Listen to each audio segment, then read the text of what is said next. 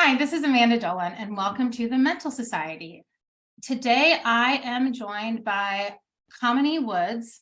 Kamini is a mother of five and international best-selling author. She's a certified life coach for teens and adults, trained in conscious parenting, and is board certified through the American Association of Drugless Practitioners. That sounds fascinating. As founder and CEO of Live Your Way and the Authentic Me Rise Up program, she works with high achievers on letting go of stress, overwhelm, and anxiety that comes with trying to do everything and trying to do it all perfectly.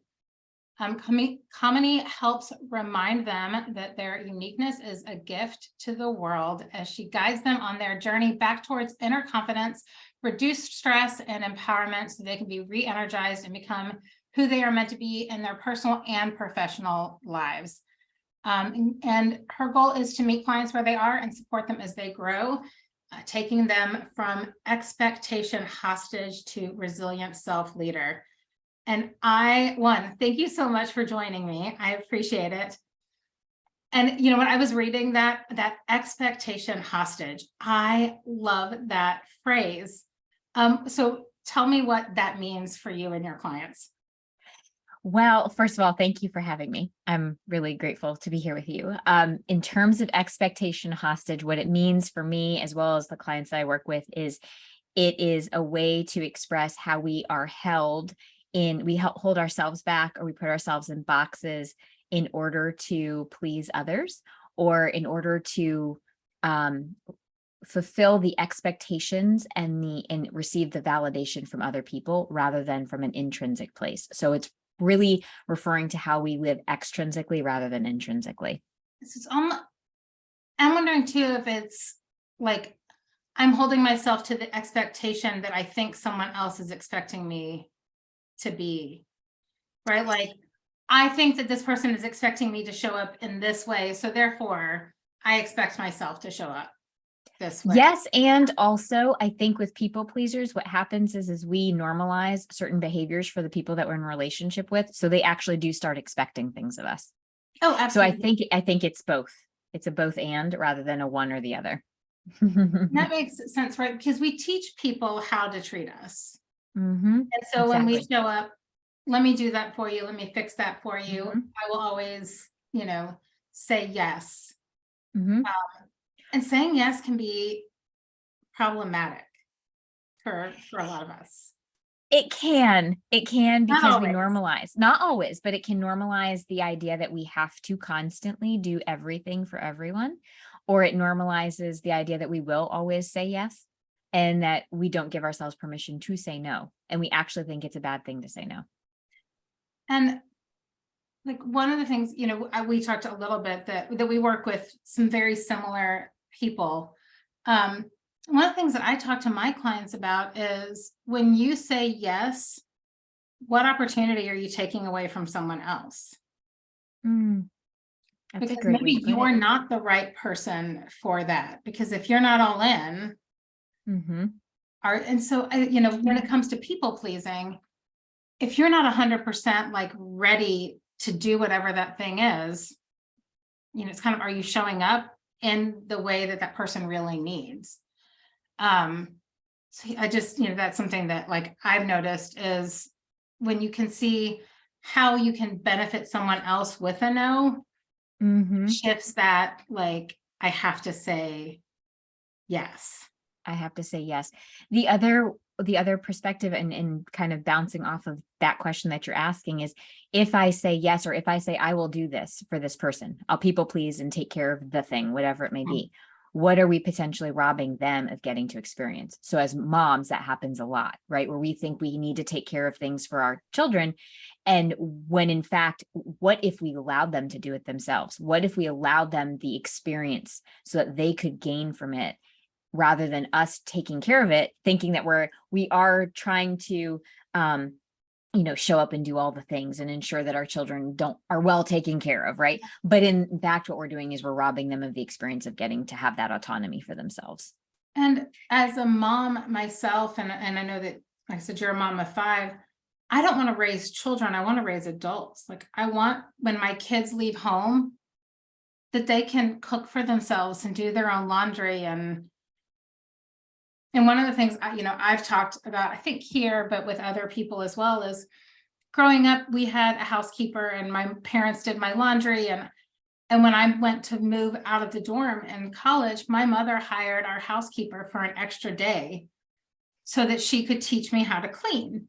Mm-hmm. And like, how awesome on one hand that my mom made sure I knew how to do the things. But then on the other hand, I wonder what I would have gained if I had ownership of some of those things. And I think that can be some of it when we're talking about like this, I have to do it all and do it all perfectly, is we take on the ownership of all of these things. And then when things eventually fail, because you can't do everything and you can't do it all perfectly. Right. Like when things eventually fail, we really beat ourselves up. Yes. Yes. The inner critic gets very loud. So when we listen to that inner critic, in your experience, how does that show up like with even our physical well-being? So when that inner critic takes over, I have seen, especially with my clients, it affects them mentally, emotionally, and physically. So mentally and emotionally, they're starting to believe those false beliefs around I'm not good enough, or there's something wrong with me, or I'm just a failure and I'm bad. Physically, what happens when we start believing those thoughts is we do start to feel it, because our body has intelligence, right? When we're feeding ourselves these negative thoughts, our body's going to take it on. And so we definitely see people who end up with digestive issues, migraines, chronic pain, the inability to sleep, for instance, that's a big one. And then people wake up and they're exhausted, or they're constantly fighting chronic colds. Well, that's all because of this, right? Because of all these other things, these thoughts that are happening, they absolutely will affect us physically. Because if you're in your brain, I'm not good enough, I need to do this didn't get done, this didn't get done. When you're trying to fall asleep, your brain never gets quiet. Mm-hmm. Right? So I know I'm guilty of it, where I'll be about to fall asleep and be like, oh crap, I need to put dog food on the list. Right. And I know. Yes. But that's one thing versus, oh my gosh, I didn't call the teacher and I didn't plan the PTA meeting and I didn't, email that thing to my boss, and I didn't tell my husband that I needed him to pick up the kids tomorrow because I have to take this one to the dentist. Right. And there's this, I think as women, and not and men too, but I think as, we are women, and so we can speak to that, but we get in this, we have to do everything, and we don't. As moms, it's like, it's my job. And if I don't do it, I fail as a mother. Right. I failed as a mother, and I failed as the caretaker of the family and the person who can juggle all the balls. It's very interesting. You were mentioning the list of things. And what I have seen very often is we keep that list to keep ourselves organized. But then at the end of the day, we're constantly looking at what didn't get done. And that's when the inner critic gets loud and beats us up for what didn't get done. And so a lot of times what I'll just say to clients is, instead of at the end of the day looking at what didn't get done, can we please take a moment and look at what did get done and pay attention to those successes? It's not to say we don't then pay attention to the things that still need to get done. They get moved to the next day, right. But it's where are we putting our energy? Where are we putting our focus? If we're constantly looking at what is wrong with how we showed up rather than what went well for how we showed up, we're only going to continue to feed that negativity. And this is something I do, and sometimes if it's not on my to-do list and I did it, I add it to my list, because I like seeing that there was more that I did. Like you said, like, look at all these things I did instead of look at all these things I didn't do. And for me, I switched my list to, instead of a to-do list, it's a want to do list. Yeah. And yes, there are sometimes things that need to be done, like, right, you have to pay bills because you want electricity. But there are very few things in this world that have to be done right now and that can't wait. And usually those things that have to be done right now are like an emergency, like your kid fell and broke their leg and I have to take them to the hospital. Right now would be preferable. Yes. Um, and, with that though, people begin to depend on us for everything. And we depend on their validation for showing up in all of those ways. So like you've talked about the difference between, or you talk about codependent versus interdependent. So talk a little bit about that. Yeah. It's funny. I think they get dependent on us and we get dependent on their need to depend on us is basically what you're describing.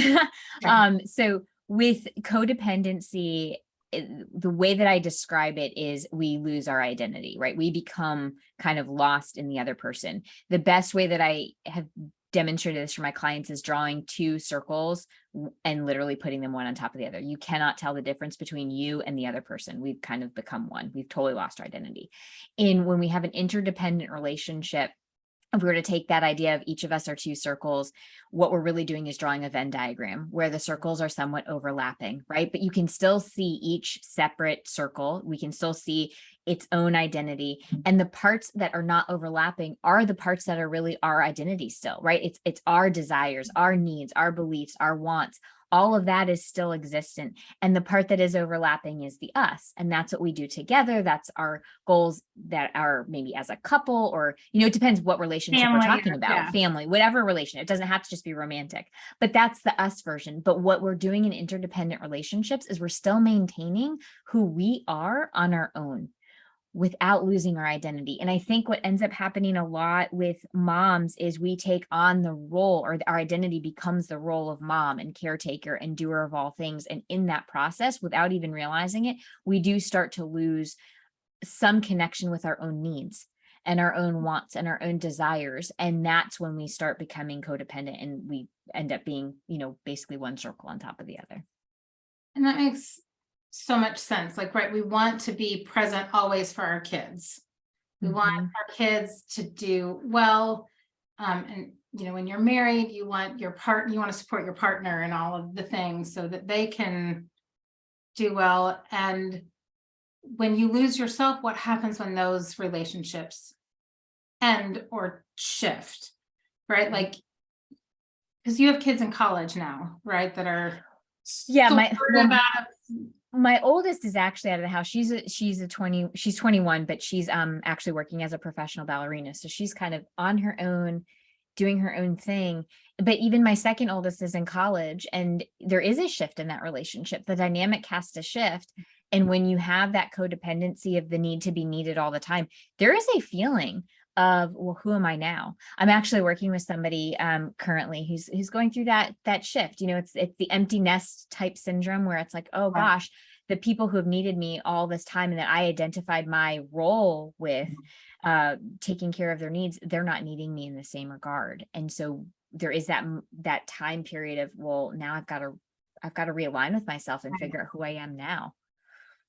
And when you've spent 20 years or 18 years with a kid, that my whole existence is wrapped up in this, 18 years of not taking care of yourself and doing anything for you, how do you even know who you are? Yeah, it's a big one. How do you know who you are, what you actually like to do? And that's the work. That's the work, to actually take the time to realign with yourself. And that can be hard for many of us, because again, it goes to, do I deserve this time for myself? Or do I, should I spend money on myself, because money should be going to whatever this thing is over here? And I want to remind, like, when I work with clients, it's like, you're investing in yourself as well. And so what if you could free up a couple hours a week? What is that actually worth to you? Because you're not doing these things that you hate. And also, when you do invest in yourself, how do you then actually show up more engaged when you are actually in connection with people? And as a mom, as parents, we want our kids, like we said, to thrive. So what are we teaching our children when we're not modeling that self-care behavior, when we're not, taking time away from these people that we love, right? I love my kids, but sometimes I need a break from them. And there's nothing wrong with that. And there's nothing wrong with that. And sometimes we need to say no, and we need to demonstrate boundaries. I know from my own personal experience, my kids were actually my mirror to show me my people pleasing ways, right? Because that's definitely something that I needed to work through. I still have it. I mean, I don't think you don't leave parts of your personality behind. You just learn how to manage them better. And I do believe that my empathetic nature is what allows me to do my work, as you know, to engage in it and to be truly effective in what I do. However, if you lean too far into anything, it can become a weakness, right? And so when I lean too far into that, I do end up in my people pleasing nature. But my kids started showing up in that way. And the truth is, we have a choice. And the choice is, do we want our kids to mirror that, or would we want the ability to show them there is a different way? And learning to set boundaries and learning to say no. That's not necessarily a bad thing, not just for yourself, but to your point exactly of like, well, what do we want to show our kids? That it's actually okay and safe to take care of ourselves. Like, we don't have to give up ourselves in deference to other people. We can absolutely take care of ourselves and love our family at the same time. Yes. And, you know, like sort of in the same vein, I have curly hair forever. I straightened it every day. My daughter has super curly hair, like super. And I think she was like 8 or 9. And all of a sudden I was like, what am I teaching my child when I tell her her curls are beautiful, but I straighten my hair and I hide my curls?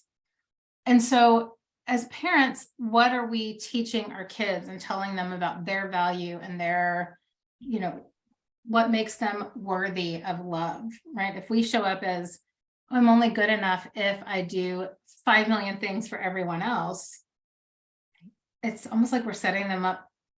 I hate to say failure, but we're setting them up to be in that people pleaser. I have to repeat that belief system, right? It's taking that to the next generation. And I think that's the thing. I mean, generational, all of the things, right? Whether it's, I mean, even how we cook, right? Like, we get our recipes from our grandmothers and our mothers, and then, you know, like how we, you know, like my mom doesn't love to cook. She hates it. In fact, she's like terrible. It's funny. Her mom is also my grandmother. I remember my favorite story of my grandmother is she made my grandfather a cake. And no one would eat it. So she put it outside for the critters to eat. None of them ate it. So she covered it in peanut butter with the hope that like someone would go, like, you know, and all the critters went out and they ate the peanut butter and like and so like if I had learned how to make a cake from my grandmother, it wouldn't be a cake that, you know, I could share with others, right? So I had to, I mean, I wasn't alive this, but it's one of the best stories about my grandmother. But if I take the time to learn how to make a cake, I can actually please more people than if I take this recipe that was a complete failure that my grandmother used, right? So if we look at what didn't work for our, you know, generationally, that gives us so much information on how we can show up differently for our families. Right. You know, like I'm a different mom than my mom was for me. In part because I'm a different person, but also because there were things I loved about the way that she parented and things I didn't love so much. So I made a shift. And so I think that when we, as parents and mothers, how are we showing up for our kids? And what are we exactly. How are we showing up? What are we teaching them? And what are we potentially projecting onto them? And what I mean by that is, what haven't we necessarily worked out that we might be projecting? Because a lot of times we do project our own fears or our own stories and narratives. And it's in terms of being a conscious parent, it's taking ownership of that story, working on that for ourselves instead of projecting it onto our kids and working it out there. Yeah, it's, yeah, I think taking care of ourselves really sets us up to have the space to take care of our kids. Absolutely. And Absolutely. I'm gonna shift just a little because you said the word conscious, and then I remember saying conscious uncoupling is something that you Mm-hmm. do as well, Mm-hmm. which I am in the tail end of a divorce process. And what's interesting is for us, I think we have a better co-parenting relationship, and in a lot of ways, a better friendship even than we did Mm-hmm. when we were married. Um, and so I wonder if you could talk more about that conscious uncoupling and what that means, and then the benefits of that.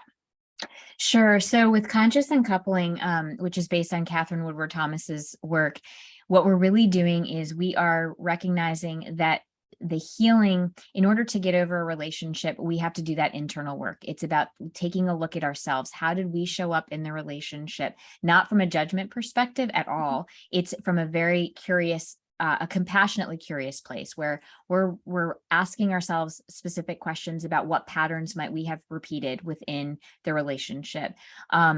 What narratives and stories did we bring into the relationship, and how can we actually heal through those so that we actually can heal through the end of this relationship and not necessarily repeat those as we go on to other relationships, because a lot of people will go through a breakup or the dissolution of a relationship, whether it's a marriage or just a relationship, a long-term relationship or even a short-term relationship, and they immediately jump into another one thinking, well, this will heal me. I'll do better this time. But if we don't take the time to go through that take the time to go through and understand who we were in that dynamic, and understand how we can grow through it and heal completely before getting into another relationship, most often we will end up repeating patterns just because they've been left unhealed. That makes a lot of sense. So it's very much a figure out who I am separate from this relationship. Yeah. So I don't, yeah. That makes me like, I think of a good friend of mine who, I mean, her divorce was final, and like a week later, she was living with someone. Somebody else. I mean, now Mhm. they had not been living, she and her ex had not been living together for a while. And like you said, the same things that she had complained about with her ex-husband started coming up in this relationship. And I was just like, man, like you're complaining about him doing the exact same thing. So like, what's your role in this? And I hate Exactly. like, and that's What's not your part? blame. What's your part? Yeah, yeah, yeah. It's not about blame at all. It's just giving ourselves permission to ask what's our part, because there always is. And your part isn't, we all have a role to play in this world.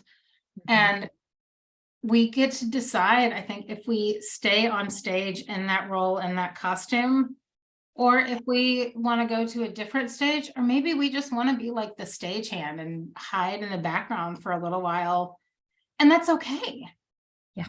Right. Like not Yeah. being, I mean, and not moving directly into a new relationship, which sometimes, right, like you might find a great person, and maybe even you heal with that person and that person shows you something. But if you're not willing to do that work to heal yourself, you're never going to make any significant long-term changes in how you and others experience you, how you're experiencing the world, how Yeah. others show up. And like you said earlier, we teach people how to treat Treat us. us. And so Absolutely. if we are comfortable with having taught people how to treat us as that people pleaser, we haven't learned how to unpeople please, and everything. Mhm. Gonna go right into that next relationship. And a part of the conscious uncoupling too is coming to the completion of that relationship, right? So it's about finding a way to really feel complete, and that we no longer have other things left. And here's the thing, sometimes we have really toxic dynamics, and it sounds Mhm. like you and your previous spouse are in a good place, which is amazing. But some of us don't have that opportunity, right? There's lots of people that it's a very toxic dynamic, and the communication can't happen. And so even in that process, you can still have the ability to voice out what it is that you want to say, but maybe not necessarily to the person, but there are ways that you can Right. actually presence it for yourself, because that's the important part, is coming to that completion for yourself. And that's that conscious part of it. It's, I'm going to bring from the unconscious to the conscious what it is that's been underneath driving me for however long I was in this relationship, and allow myself to work through it. Yeah, and let me start with, like, when my ex and I first split, oh, it was ugly. It was, I mean, it was not great. And I'll be honest, for me, I went to, you know what, I'm really angry and hurt, and I'm feeling very much like the victim in this, and I want to fight him. And I took a step back and I was like, what happens if I, instead of being ready to fight, I just show up with this is like, how can we work together to make this easier on all of us? Mm-hmm. Mm-hmm. And that doesn't mean that I forgive him for everything. It doesn't mean that I don't own my part. It's just, instead of fighting and being angry with each other, we've got kids together. Like, we are going to be part of each other's lives forever. Right. So let's figure out how to make this comfortable for all Right. of us. Right. And how to co-parent in a healthier way. Absolutely. Like, you know, my ex moved straight from our house and with his girlfriend, which is definitely like a weird thing. And because they were living together, I had said to him, like, I would like to meet her. Mhm. And for me, it was truly like, you are spending time with my kids. I just want to know who you are. And I remember getting to that place to meet her, and she was a ball of nerves. She just was ready for me to fight her. Mhm. And I started with, like, look, we are on the same team. Mhm. Like, my kids' names are Emily and Jacob. And I was like, we are on team Emily and Jacob. Mhm. We need to work together. Like, we don't have to be friends. Like, I have my friends, you have your friends. But when it comes to my kids, we are on the same team. Right. Like, and I set down some expectations for her about, you know, the parenting kinds of things and discipline and what I want her to share with me, or, you know, Mhm. and so there we had this incredible communication and set up expectations from the beginning. And I Mhm. think that that's something we don't often do in relationships, or when expectations change on our end, we struggle with sharing those. Yes. Yes. And then I'm curious if you've experienced this with your clients or in your life, when your expectations have changed, like how you want to show up or what you want from someone. How easy is that to let that other person know, hey, this isn't going to work this way for me anymore? You know, what's so interesting about what you just said, and I just really, I want to honor you and what you did in that situation, because it's so easy to allow our emotions to dictate our actions. And what I was just hearing and what you were describing was being able to step back from it and ask, what is the priority in this realm, and it's your children. And so from that place, you're able to make an empowered choice over communication. Like, we're going to have direct communication, and we're going to talk about our expectations so that we are all on the same page, versus allowing emotions to dictate the actions. Because when we come from an emotionally charged place, that's when we make the disempowered choices. So amazing that you were able to do that. And to your question, yes, I mean, I do think that as we grow and evolve as humans, our expectations do change, our desires change, our needs may even change.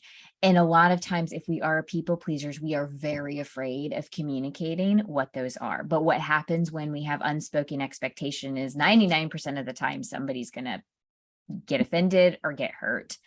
And so it is so important to give ourselves permission to check in with ourselves. What is it that I need? What is it that I want? And then from a compassionate standpoint, from Marshall Rosenberg talk, or he's no longer with us, but he put out that nonviolent communication. It is about communicating with whomever, whether it's our partner, our kids, work coworkers, what it is that we're noticing that's happening. Like, what are we observing? How does that make us feel? And what are we needing? And the need is what we're really expecting or desiring from the other person, so that with that, they can hear the request and either meet us there or we can negotiate on it. If we never presence that with the other person, they're left guessing. And here's the thing that I've noticed, especially with clients who are people pleasers, they have gotten used to and normalized anticipating what people want and almost mind reading. And the other person in their lives gets used to that, and they kind of expect them to mind read. And what happens when you're doing that work and you're stepping outside of that people pleaser role, you're slowly no longer putting yourself in the position of mind reading and anticipating. And it puts the ownership on the other people in your life to step up and communicate to you what they expect of you, which doesn't always happen. And then when you're showing up differently and you're not in that mind reading place, they think you still are, they're not getting their needs met. That dynamic. Really, like it can really harm relationships, even though the underlying thing has the potential to really improve that relationship. Yes. Right. Yes. Like Yes. we need better communication. I want you to tell me what it is that I can do for you. Right. And I do think that there's something beautiful about, like, I've been dating someone for a little while and he really loves monsters. I'm not a fan of them, but like he went with me. We traveled for Thanksgiving, and I knew we were going to be up early in the morning. So I went out the day before and I got a monster so that, like, first thing in the morning, he had one. Now, he didn't have that expectation of me because I've never bought him one before. Right. And it wasn't a people pleasing place. It was I know that this is something that you value in the morning to help you wake up. I want to show you that I care about appreciate you. Right. Like, right. I want you to know I was thinking about you and that you were an important part of my life. And that is very different than, like someone just showing up with, well, you've done this for me before, so now you have to do it every single time. All the time. And I think that some of the appreciation goes away when there's that expectation. 100%.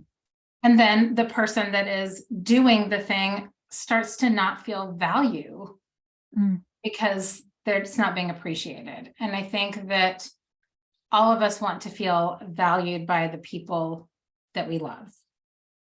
Absolutely. And absolutely. When that piece isn't there, it impacts how we feel about ourselves, how we feel about the other person, and our willingness or unwillingness to continue to do. Continue to do it. Yes. Okay. I was actually just talking to a client about this just last week, and really what was coming to the surface was just this overwhelming feeling of being underappreciated. And it's not that she doesn't want to do certain things, but because the way she's been showing up in her family dynamic has been doing all of the things, and it became so normalized. Something as simple as saying thank you for dinner, not because she needs the thank you, but because it's just a way for her family to acknowledge, hey, mom, thanks for like working all day and then coming home and making this dinner. And that's just, I appreciate that. And as humans, having that moment of appreciation does feel good, not because we need it to say I'm valuable, but because we feel witnessed by the family members that we just showed up for and are engaging with. But you want to feel seen. You want your work to be honored and appreciated, because that's part of who you are, right? Like when you cooked that dinner, you put a little piece of yourself, whether it was just your time that you're planning, you're going to the store or making the shopping list, or whatever it is. When someone says thank you, you feel seen and appreciated and respected. And I think, with all of these things that we've talked about, and even with other people, guests and clients that I have, I think what it really boils down to is communication and clear expectations. Communication, clear expectations, and I'll throw one more in there as boundaries. Oh, yes. And what people don't realize is I think boundaries can look different for each person, Yes. and boundaries can be moved. Yes. Yes, And absolutely. I was working with someone, just another coach. We were talking about boundaries, and I'm from the South, and I live in Texas. And it was like, sometimes boundaries are more like, cattle grade, right? Like a cow can't get in or out because of the way their feet are, but other things can get in and out. So maybe like that space is open, but just for the right people or the right things. And so I think, there's something about that that's like, boundaries aren't permanent. I love your metaphor. I usually use the metaphor of fence. It's like a fence. With a fence, you can see through it, you can hear through it, you can move it if you need to. And there's a gate that you can open and close. People can come in and out. It's not this wall that we're building Right. from us to the other people. And I think, like when we think about boundaries between countries or even states, there are often, you can't even see them, right? They're just this kind of arbitrary, this is where the boundary is because that's where we say the boundary is. And so sometimes boundaries aren't seen, and we have to make sure that people understand what those boundaries are, again, through that communication and that here are my expectations. So yeah, I think, with all that we've talked about, people pleasing doesn't do anyone in this situation any good, right? Yeah, usually we're trying to avoid conflict, and in the end, we end up in conflict. This conflict doesn't feel good, right? We always want, because I think, right, the minute you think conflict, I think of like wars and arguments and fighting. Right. But here's the key is that conflict can actually just mean growth. And yes, and I think growth happens in that uncomfortable place. And, when you have that conflict, it allows a space to open up for that communication to happen. Exactly. So listeners, don't be afraid of conflict. Take the time to understand what your boundaries are, and then communicate them clearly to the people in your life and set out clear expectations, because we want to no longer be an expectation hostage, be held back by our expectations. Instead, be clear and open with them so that we can live fully and completely and be present for everyone that matters, most importantly, ourselves. Because if you're not present, then no one else is going to fill in that role. And I know it's like that, we all hear the airplane mask on, which is great. But also I talk a lot about, like, we are the center of our own solar system. We're the sun of our solar system. And if the sun isn't working, as in there's no light, we don't have life on Earth. And if that goes away, the sun goes away, everything spins out of control. So you've got to make sure that your sun, your light, your mass, whatever, is on point, which goes back to expectations, clear boundaries, and not doing it all, because if you burn out, everyone around you is going to go flying. Is go en array. Exactly. So I really, Kamini, I really appreciate you taking time to meet with me, and share more about this, like, people-pleasing codependence, and how to really show up authentically so that everyone around you gets their needs met and you don't, burn out and resent all the people around you. So thank you again. If you would like to learn more about Kamini, you can check out her website, which is kaminiwood.com. There are a bunch of resources and links there. She's got a great book about being more present, right, in the moment. And there's a link to buy that there.